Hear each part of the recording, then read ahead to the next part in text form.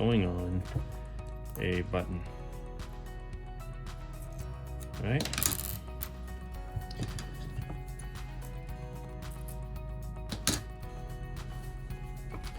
Clean it all up, cut the button off, get all the frays, and there's our button. Okay. It's the thimble. This is made so when you push the needle through, it doesn't poke your finger. Won't really need that. Gonna need black thread. The trick I do, depending if I'm sewing backpacks, something heavy duty, I actually use dental floss. This is awesome. Doesn't rip. I actually just sewed my paragliding backpack that came with a rip in it, stitched it, and now it's actually stronger than it was before. But we'll use black thread on this. Okay, there we go.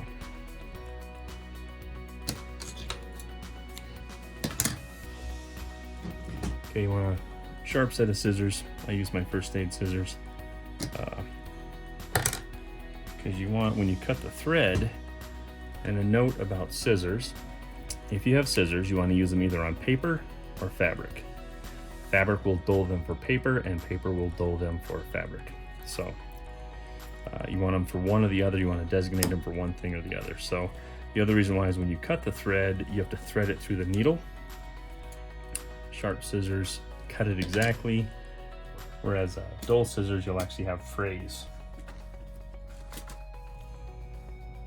Okay, so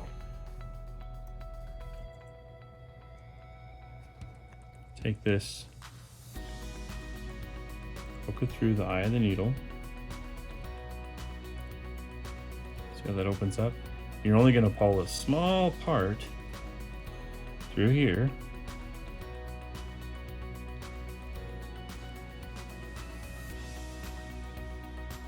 There we go. So that's all I have is a little bit through there. When I pull this through, that threads it through my needle. Okay, you tie your double knot, you're going to twist it 4 times. Okay. Now,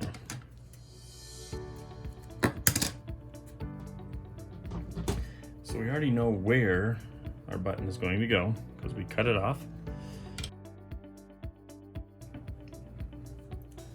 And this is where that thimble would come in if you wanted it. So now what we're going to do, once we thread it through, we thread it back, and we're going to add the button. Okay. So fold it through. I'm going to cross over, and I'm going to go diagonal, right? So you can see how that crisscrossed. Now I'm going to try to feed right back almost to the exact hole that I just went through, and it came through another hole. We want to tie this here in just a second. You can see how I'm crisscrossing. That's why I gave myself plenty of thread. You can use a lot of thread. Okay. So how we tie a knot at the first part of this, I'm going to hold this end with my finger. I'm going to thread this back through. Then as I pull that, it's going to cinch this up. I'm going to do 2 twists. Okay? That just tied a knot. I'll sometimes add super glue to that at the end. I usually do that on anything I've stitched. Keeps it from fraying. And really, all I do now is I poke until I know it comes through part of, oops. That is a knot, there we go, that's out there. Okay, so I'm just gonna keep crisscrossing. And the end is where we need all the extra thread, and I'll show you why.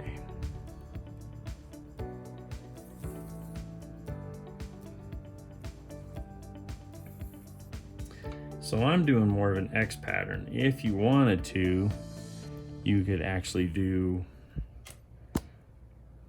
instead of sewing across like an X, you could sew in a square.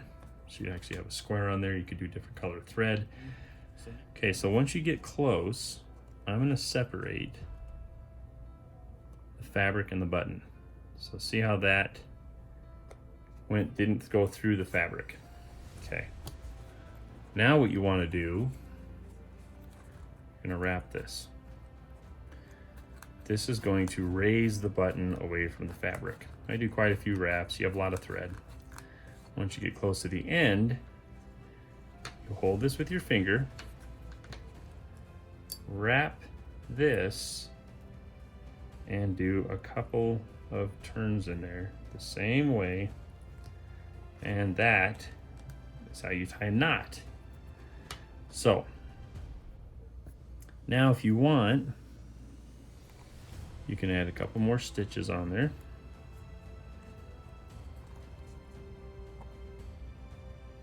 It's not going to be as easy. I usually do that at the very end, but that keeps all the threads tight. And then what we can end with is, let me get it back through to the opening. Okay, right there. Okay, and how we're going to end this, hold this loop, send it through, and tie 2 knots. Okay, now we will cut it. Okay.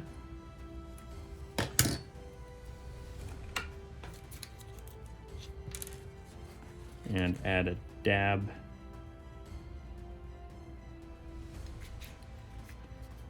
super glue. There you go. That is how you tie on a button.